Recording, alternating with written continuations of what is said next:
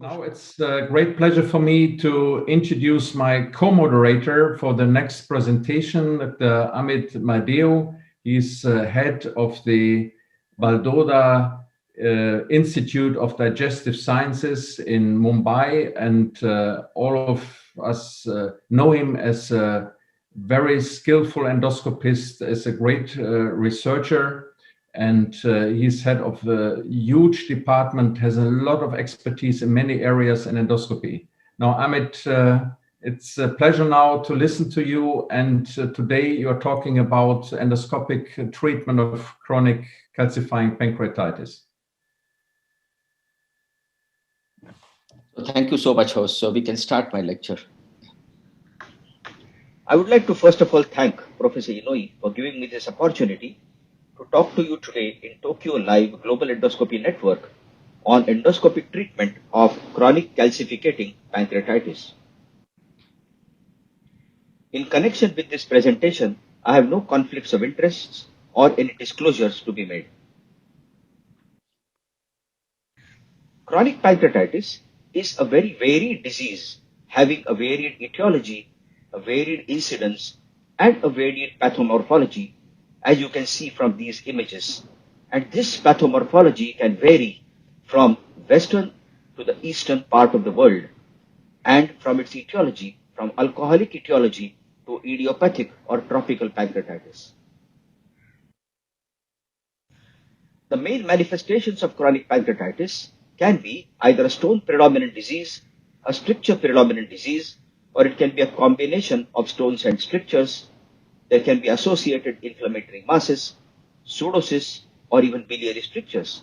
And this entire pathomorphology can vary between its etiology, like tropical, to alcoholic, and is manifest in various parts of the world in various pathomorphologies.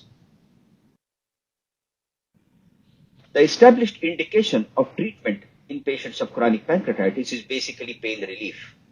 However, lately realized that the possible indications for treatment could be also an improvement of endocrine as well as exocrine function and possibly delay progression of the disease. If you were to see the pathogenesis of pancreatic stone formation, whatever be the etiology, whether it is tropical or alcoholic, the basic issue is that there is an increased pancreatic stone protein, which is almost more than 400 times that of a normal person, in the pancreatic juice of these patients, which causes a sluggishness of the juice flow.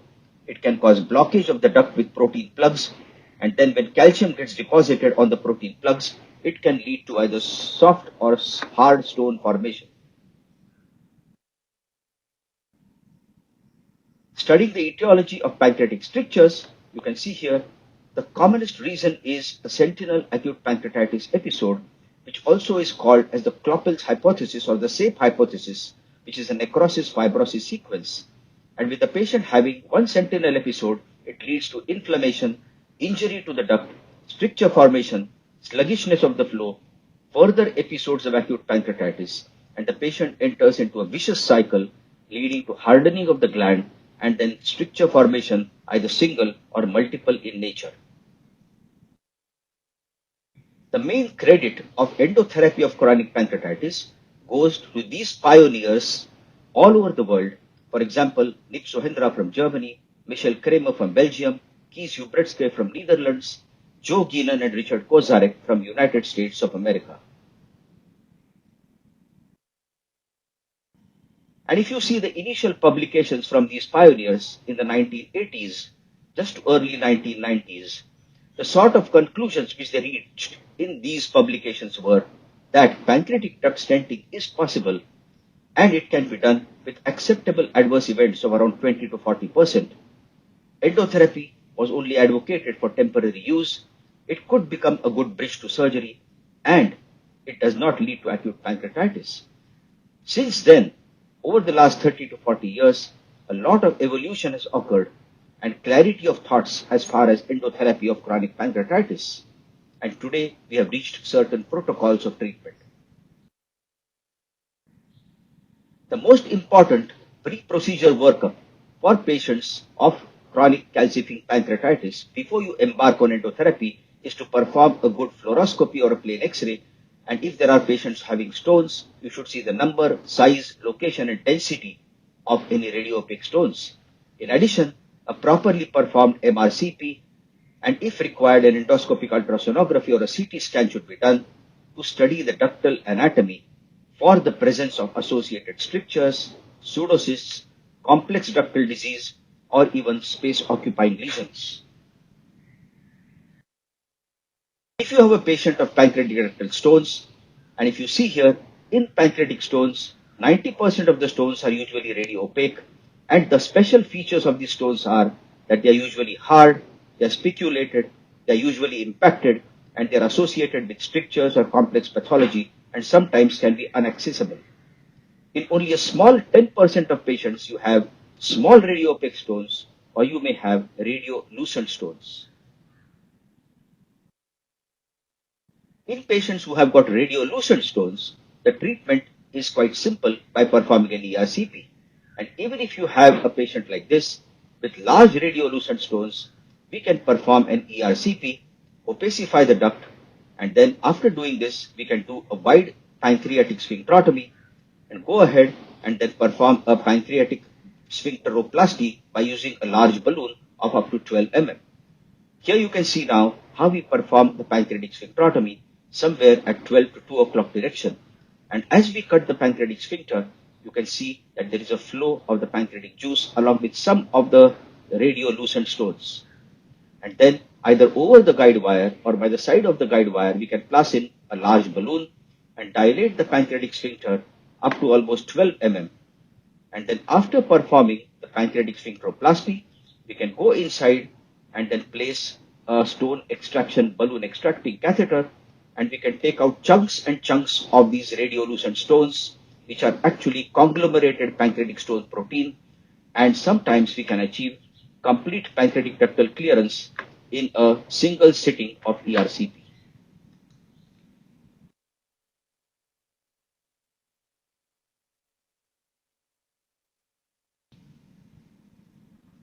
If the patient has radiopaque stones, then it is necessary that we have to pulverize these stones beforehand by using shock wave lithotripsy. Today, with the use of third or fourth generation shock wave lithotripters, we can achieve an accurate, efficacious, and a very safe pulverization of these stones. And if you see here, the end point of shock wave lithotripsy, which should be done before ERCP in patients having radiopaque stones, is basically complete pulverization of the stones to fragments which are less than 3 millimeters in size, and we make them out by seeing a loss of density of the stones on an X-ray or a fluoroscopy, spreading of the stones or the fragments along the duct, and in some cases even a complete disappearance of the stones after a properly performed ESWL.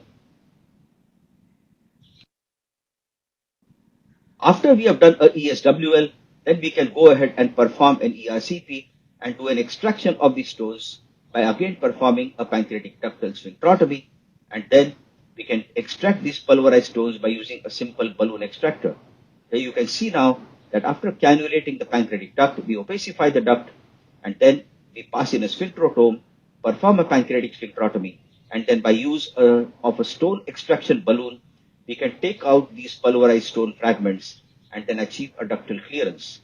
If all the stones are not cleared in the initial setting of ERCP, then a temporary 5 or a 7 French stent is placed. The patient is called back after a few months, usually after 3 months, reassessed. If there are some more radiopaque stones, further ESWL is done and the therapy is progressed until we can achieve a. If you were to see this latest publication, which was published in 2020 on the success of extracorporeal shockwave lithotripsy and ERCP in symptomatic pancreatic duct stone disease, you can see from these results of the pooled data, complete ductal clearance after ESWL and ERCP can be achieved in almost 70% of the times. Complete absence of pain during the follow-up was in almost 65%. You see here, complete stone fragmentation could also be effectively achieved.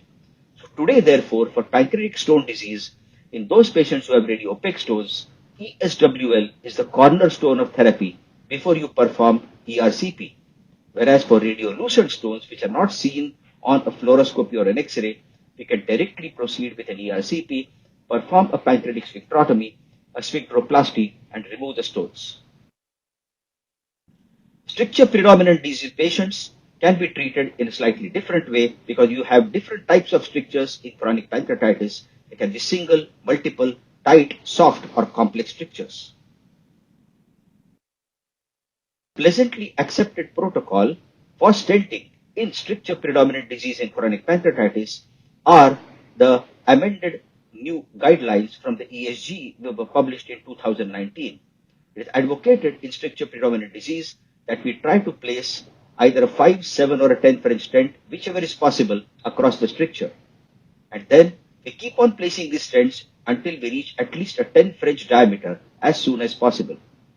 Once we can place a 10 French stent, we keep the stent inside for at least 1 year, remove the stent after 1 year, and then reassessment of the stricture is done.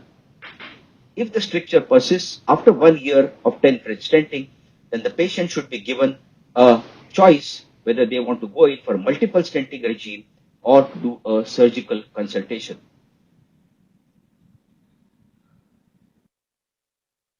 In patients who have pseudocysts associated with chronic pancreatitis, the good part is that almost 40 to 60% of such pseudocysts in chronic pancreatitis usually communicate with the main pancreatic duct. Therefore, transpapillary stenting is the first line of treatment, as you see here, for all patients who have pseudocysts associated with chronic pancreatitis, which are in communication with the pancreatic duct.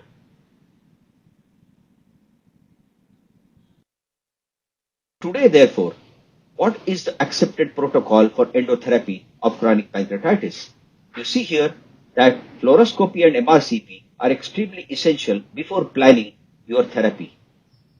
One may require to do an endoscopic sonography or a CT scan if there are inflammatory masses or a suspected pancreatic cancer. In patients who have got radiopaque pancreatic stones, shockwave lithotripsy has now become mandatory as the cornerstone of therapy, only after which you can perform the ERCP after achieving a proper pulverization of the stones to less than 3 millimeter fragments. In the radiolucent stones, we can directly perform the ERCP, perform a pancreatic sphincterotomy, a sphincteroplasty, and clear the duct.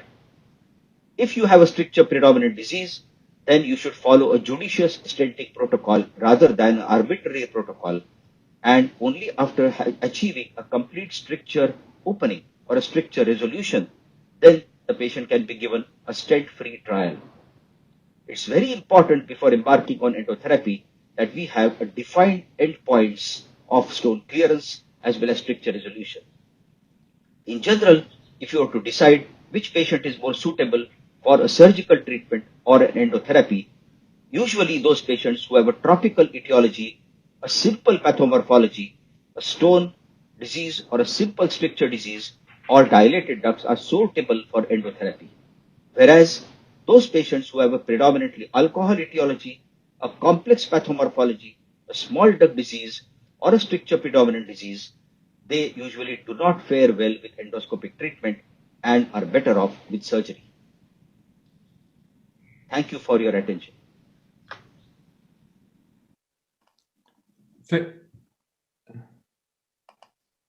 Thank you, Amit, for this excellent presentation showing the variety of techniques and also the evidence that we currently have.